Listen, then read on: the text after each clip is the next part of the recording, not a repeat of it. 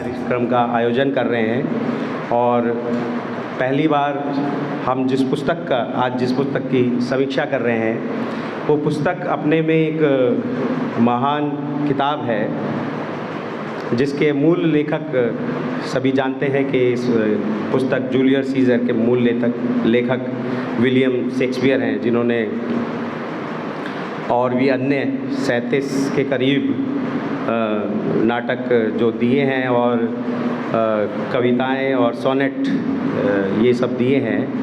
लेकिन हम इस किताब को मैंने इसलिए चुना सर, इसका अनुवाद संस्कृत में और पहले मैंने देखा नहीं है, लेकिन एक लेख ज़रूर संस्कृत का देखा है। शायद बाकी सब समीक्षक इससे एग्री करेंगे कि इस किताब का और कोई पहले इसका अनुवाद नहीं हुआ है। और संस्कृत में और भी अन्य किताबें जो पाश्चात्य जो लेख कहें या साहित्य कहें, जो विलियम शेक्सपियर की किताबें हैं, उसमें एक और मैंने हैमलेट का अनुवाद देखा है संस्कृत में। तो इस बुक का चयन हमने इसलिए किया क्योंकि इसका अनुवाद हिंदी में भी हो चुका है। संस्कृत में हमारे पास ये अभी नई पुस्तक अनुवाद की हुई डॉक्टर अनिल कुमार से हमें प्राप्त हुई। तो हमने इसलिए इस पुस्तक को इस माह चुना कि इसकी समीक्षा की जाए। और ये अपने में एक महान लेख है विलियम शेक्सपियर का। तो आज हमारे साथ जो कार्यक्रम के अध्यक्ष तो हमारे परिसरीय निदेशक हैं, समीक्षा के लिए अंग्रेजी साहित्य के लिए के जो विद्वान हैं डॉक्टर अवधेश बिजलान हैं। ये अंग्रेजी में जो लेख विलियम शेक्सपियर ने लिखा है नाटक the tragedy of Julius Caesar, जो ओरिजिनल नेम है इसका, पूरा नाम है, उस पर प्रकाश डालेंगे और उस पर समीक्षा करेंगे। और हिंदी में हमारे पास हिंदी के लेखक और जिन्होंने बहुत सारी गढ़वाली उन किताबों पे भी लेख लिखा है हमारे बीच हैं डॉक्टर वीरेंद्र सिंह बर्थवाल जी।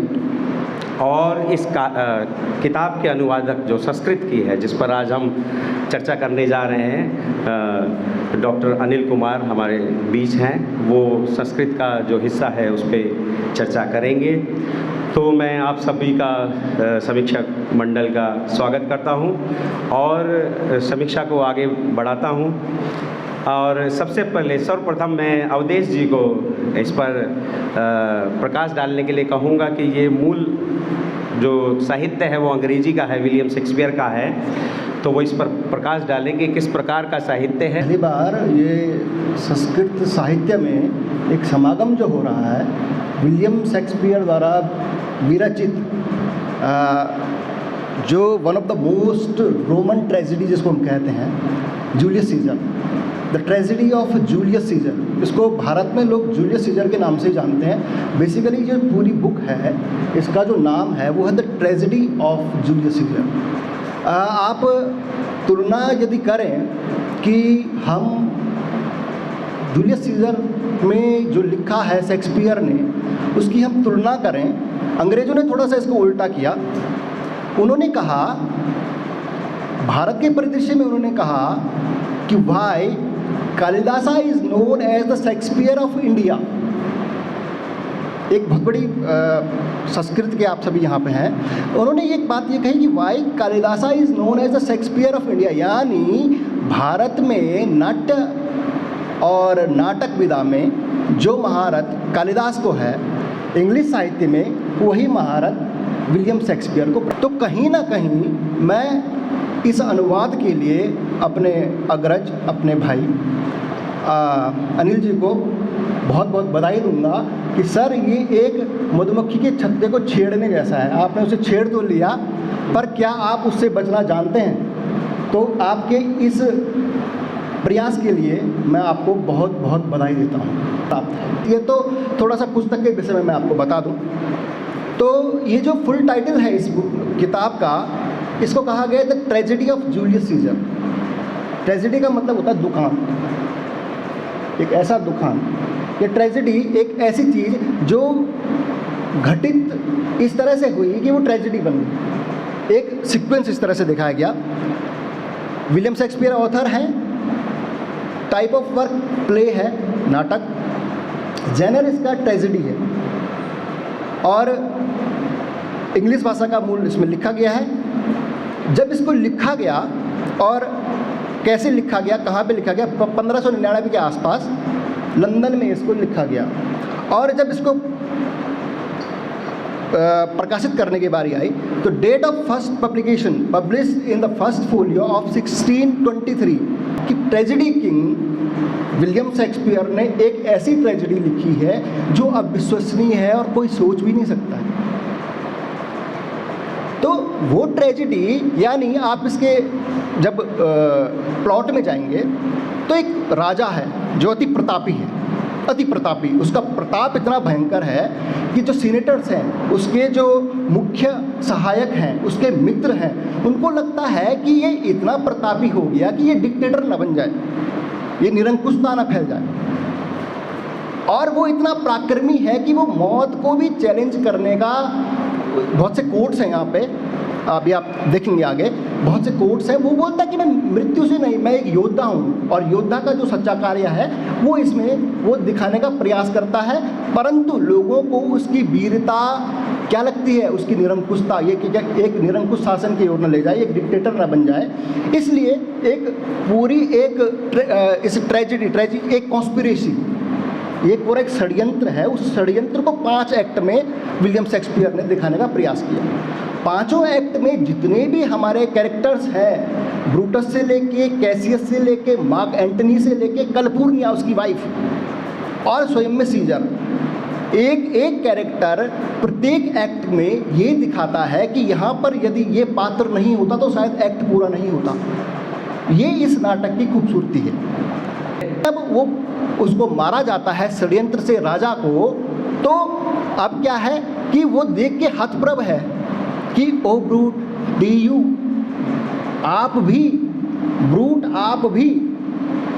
तो ये जो एक सेंटेंस है मर के गिर के, और ये सेंटेंस बोल देना, ये इस वाक्य में ट्रेजेडी को दिखाता है कि वह जिसको वो अपना एक परम मित्र मान के, जिसकी सजेशन पे वो अपने शासन को बढ़ा रहा है, वही व्यक्ति उसको स्टेप कर रहा है। अनिल जी को इस कार्य के लिए वो बधाई देना चाहता हूँ कि एक अप्रत्याशित कार्य उन्होंने किया है, क्योंकि ये काव्य के रूप में तो अनुवादित हुआ है, नाटक के रूप में भी अनुवादित हुआ है, संस्कृत के रूप में मेरी जानकारी के अनुसार ये पहला अनुवाद है। इसके लिए मैं उनको विशेष तौर पर बधाई देता हूँ। और यदि ये अनुवाद है तो शब्दशः इसकी व्याख्या करना उतना ही कठिन हो जाता है जितना कि आपको, क्योंकि उसके भाव को जोड़ना इसमें अत्यंत मुश्किल पड़ेगा। तो इस कार्य के लिए आपको बहुत बहुत बधाई। और जितना मेरे को समझ थी इस नाटक की, मैंने आपके सामने प्रस्तुत किया। और इनकी द्वारा लिखी गई जो पुस्तक है उसमें मैंने वो कोट्स पढ़े हैं, वो एज इट इज़ वही फील देते हैं जो इंग्लिश में आपको मिलेंगी। आपको बहुत बहुत बधाई। सबसे पहले मैं शुभकामनाएं और बधाई देता हूं डॉक्टर अनिल कुमार जी को। जैसे कि अभी बिजवाण जी ने कहा कि मधुमक्खी के छत्ते पे हाथ तो रख दिया, लेकिन सुरक्षा की जिम्मेदारी भी उनकी ही है। अनुवाद का काम दरअसल बड़ा टेढ़ा होता है। मेरा पीएचडी का विषय गढ़वाल के लोक से संबंधित था और मैंने बहुत सारा काम किया है गढ़वाल के। उसमें मैंने 8 किताबें लिखी अभी उसमें।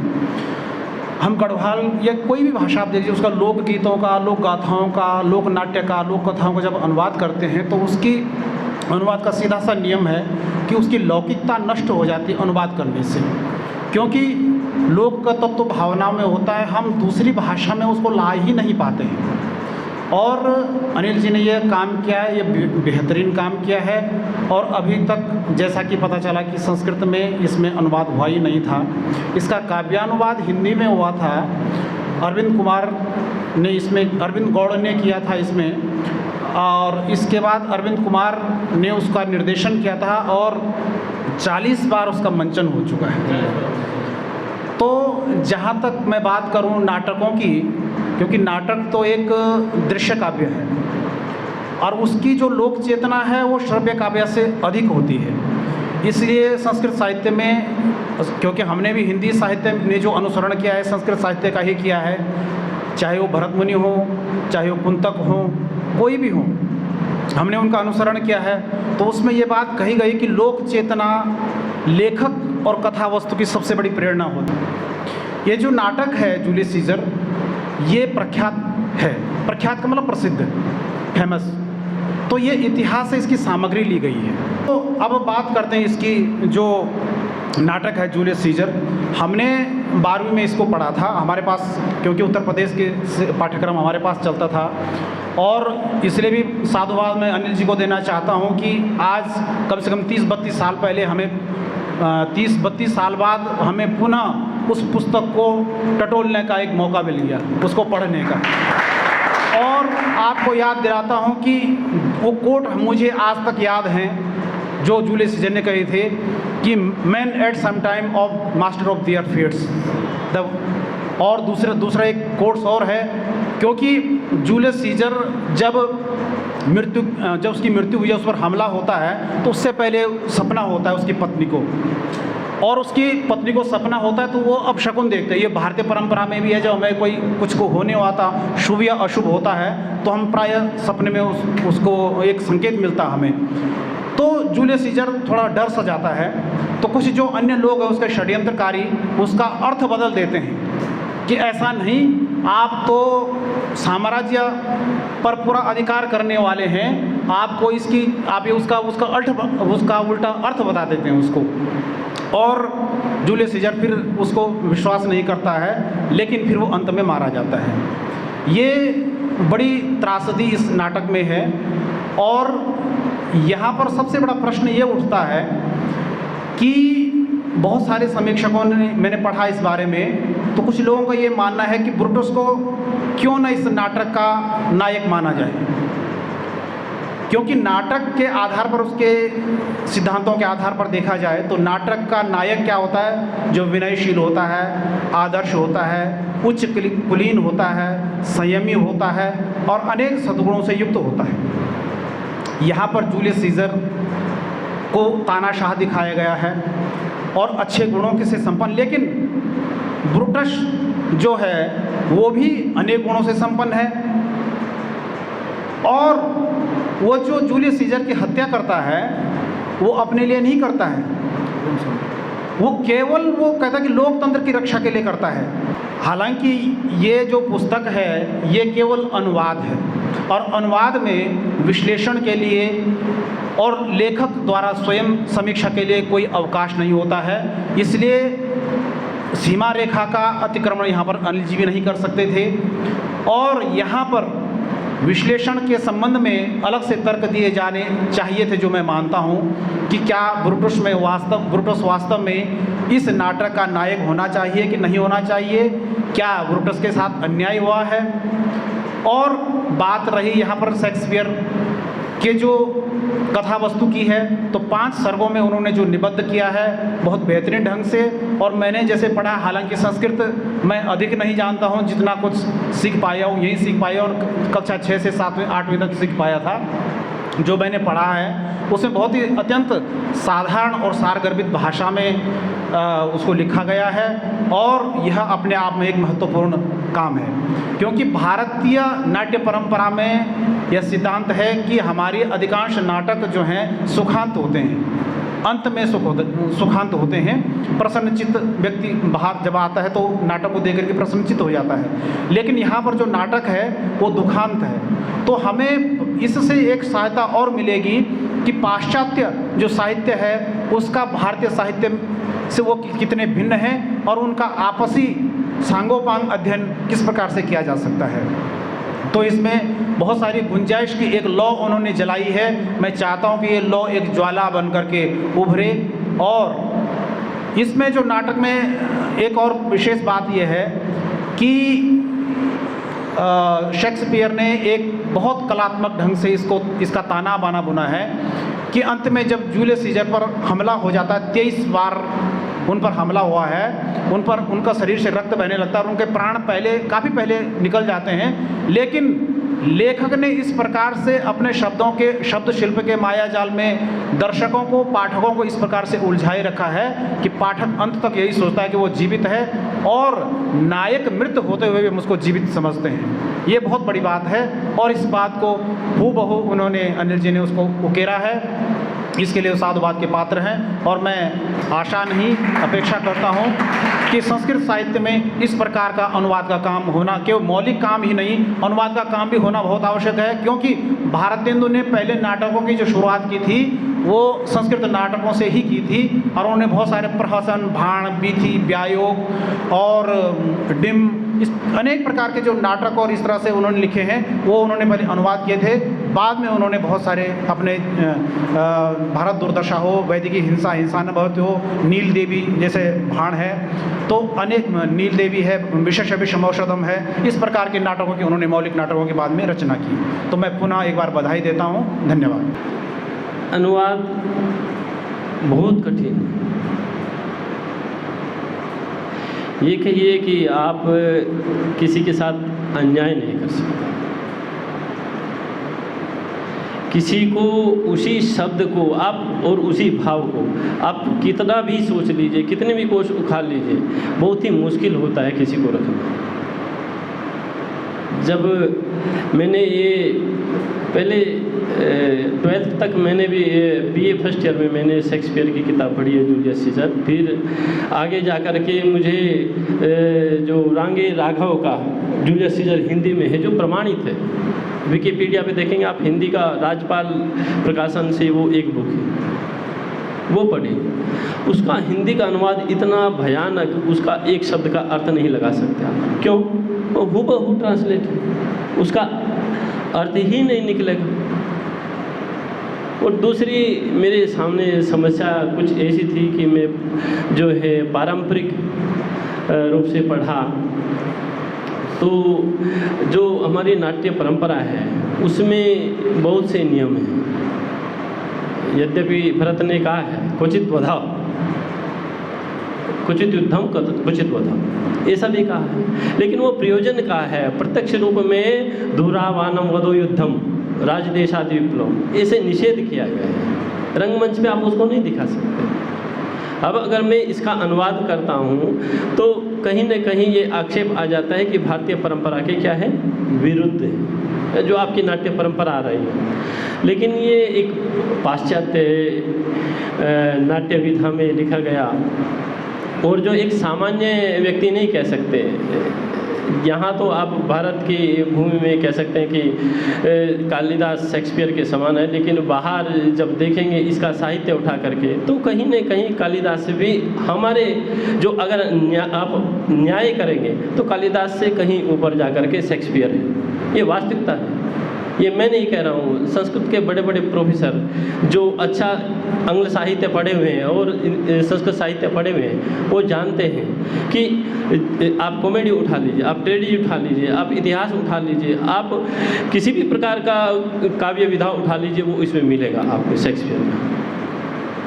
और इस प्रकार से लिखता है कि आप पढ़ते पढ़ते कोई मित्र भी उस प्रकार से नहीं कह सकता जिस प्रकार से एक शत्रु कहता है, और कोई शत्रु भी इस प्रकार से नहीं कह सकता जिस प्रकार से एक मित्र कहता है। इस प्रकार के संवाद इसमें देखने को मिलते हैं। तो इस प्रकार का ये नाटक है। तानाशाह जैसे हमारे भाई ने कहा, वो एक बहुत बड़ा रूप इसमें उभर कर सामने आता है, और जिसका कारण है कि सीजर अपने आप में मृत्यु को प्राप्त होता है। उसके देश के जो देशभक्त हैं वे उसका विरोध करते हैं। कुछ उसके सेनापति जो हैं पहले षड्यंत्र करते हैं, तो फिर बाद में वो उसका सेनापति उसका विरोध करता है, फिर बाद में जाकर के वो भी उन्हीं के साथ लग जाता है और इस प्रकार से मारा जाता है।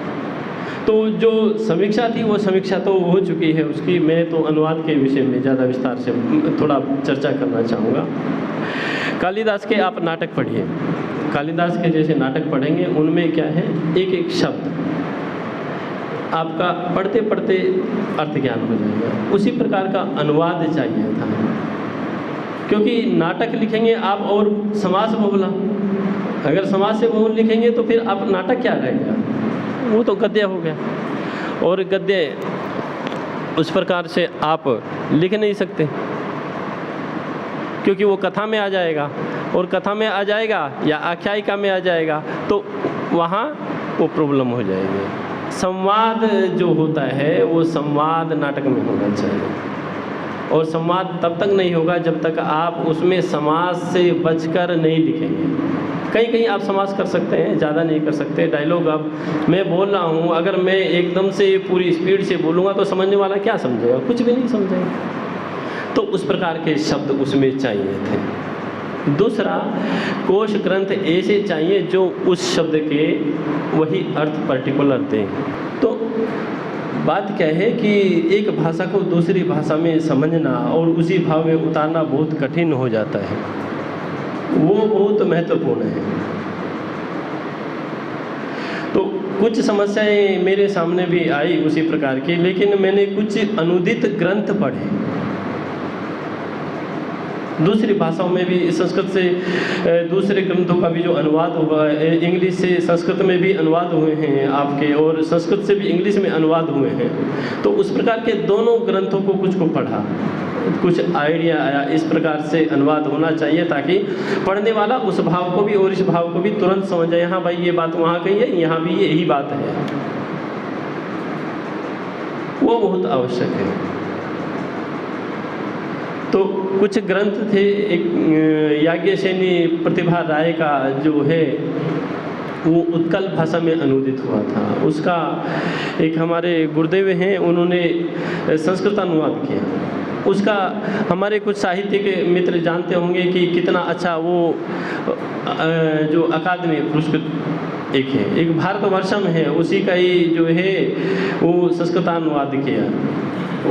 और भी कुछ ग्रंथ देखे, आज भी जो हमारे विश्वास जी हैं उन्होंने भी काफ़ी काव्यों का जो है उत्कल भाषा के संस्कृत भाषा में अनुवाद किया है। तो अनुदित ग्रंथों को आप देख सकते हैं, पहले वो पढ़ना जरूरी है, क्योंकि उसके बाद उससे आपको एक दृष्टि मिलेगी अनुवाद करने की।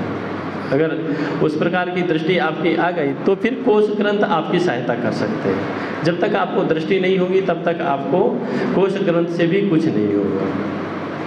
तो थोड़ा परिश्रम तो लगता है, लेकिन एक साहित्य का दूसरे साहित्य में जाने का जो सुख होता है वो, और जो लोग पढ़ते हैं उसके, जिनको आंग्ल साहित्य ज़्यादा नहीं पढ़ा है जिन्होंने, वो संस्कृत साहित्य में उस ग्रंथ को पढ़ते हैं तो जो सुख अपने आत्मानुभूति होती है वो एक अद्भुत है, क्योंकि आप एक दूसरे कार्य को एक दूसरे साहित्य में परिवर्तित कर रहे हैं।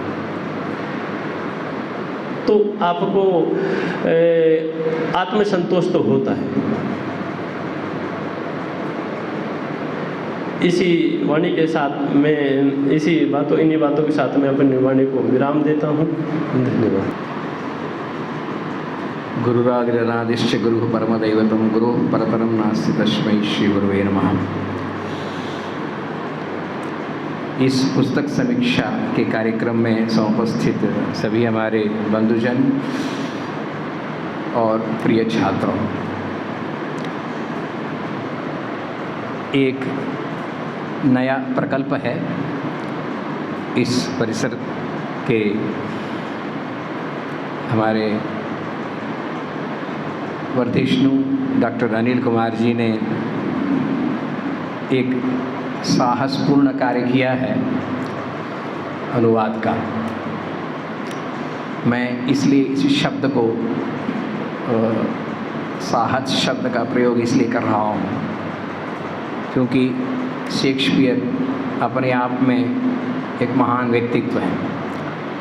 हम पाश्चात्य के जितने भी कवि हुए तो उनमें मकुटायमान शिरोमणि के रूप में है शेक्सपियर।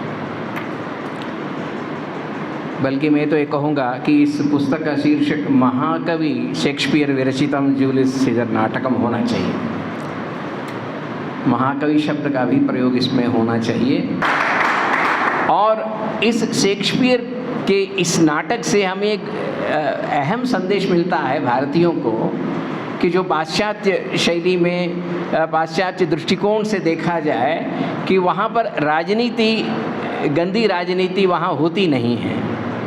राजनीति करते हुए भी हुंदा राजनीति करते हैं। लेकिन शेक्सपियर ने अपने जूलियस सीजर के इस निधन को इस रूप में दिखाया कि अपने ही एक सेनापति जो उसका अपना था, सब कुछ था, सर्वे सर्वा था, उसी के हाथों जो मारा गया और उससे जो शब्द वो प्रयोग करता है अतःप्रभ होकर, यू टू ब्रूटस, अरे तुम भी, ये शब्द जो प्रयोग करता है नाटक में शेक्सपियर, अद्भुत है। उसकी जो शब्दावली है कि उसमें कितनी हतप्रभवता उसने दिखाई है, बहुत छोटे से शब्द में, यू टू ब्रूटस, तुम भी ब्रूटस यही काम करने रहे हो, यानी तुम मुझे मारने में तुले हो। ये जो भाव उसने शेक्सपियर ने डाले हैं उस शब्दावली में, वो जब मंचन होता है नाटक का, उस मंचन के समय उस संदर्भ में उस ब्रूटस के द्वारा ये इस तरह से घृणित कर्तव्य कृत्य और उसके सीजर का जो कथन है इतना रोमांचक होता है दृश्य में, इसका कोई वर्णन नहीं है इसका, अनिर्वचनीय है। क्योंकि ये मंचन योग्य नाटक है जूलियस सीजर, इसलिए भारतीय मंच में कई बार इसको मंचित किया जा चुका है, कई बार, अनगिनत बार, मैं 40 से भी ऊपर गिनाऊंगा, कई बार मंचन हो चुका है इसका। लेकिन उस मंचन से हमें एक सीख लेनी है कि राजनीति जो है त्याज्य है, राजनीति में केवल दुख ही मिलता है, सुख की प्राप्ति नहीं होती है। ये एक अहम संदेश शेक्सपियर इस नाटक के ज़रिए दिया है। और ये भी कहा है कि भाई जब शासन करना हो तो शासक के मन में कदापि भावना ऐसी नहीं आनी चाहिए कि वो अपने आप को नियंता समझे। उसको इस भावना के साथ, जनमानस के साथ उसको जुड़ना चाहिए, जनमानस के साथ शासन करने की भावना उसमें होनी चाहिए ताकि उसका अंत सुख हो। भावानुवाद में जो मूल लेखक की जो भावनाएं हैं, हम ये मानकर चलते हैं कि कोई भी मूल लेखक जो मौलिक रचना करता है उसके अनुवाद हूबहू किया नहीं जा सकता, करना संभव ही नहीं है। तो ऐसे में सबसे अच्छा ये होता है भावानुवाद। भावानुवाद में हम क्या करते हैं, हर डायलॉग का, नाटक का है तो हर डायलॉग का जो भाव है उन भावों को अपने शब्दों में पिरोकर यहाँ प्रदर्शित करते हैं। तो उसमें जो मूल लेखक की भावनाएं हो सकते हैं उस पर अलग भी हो सकते हैं। क्या वो मूल लेखक सोच रहा था, किस रूप में उसने 15वीं शताब्दी में उस नाटक को लिखा शेक्सपियर ने, उस समय क्या स्थितियां थी उस समाज में, उन समाजों को प्रतिबिंबित करता है शेक्सपियर नाटक। आज हम 21वीं शताब्दी में पदार्पण कर चुके हैं, आगे बढ़ चुके हैं, तो ऐसे में 15वीं शताब्दी पर अपने आप को रखकर और उस रूप में अनुवादक को अनुवाद करने की दिशा में सोचना एक बहुत बड़ी चुनौती है।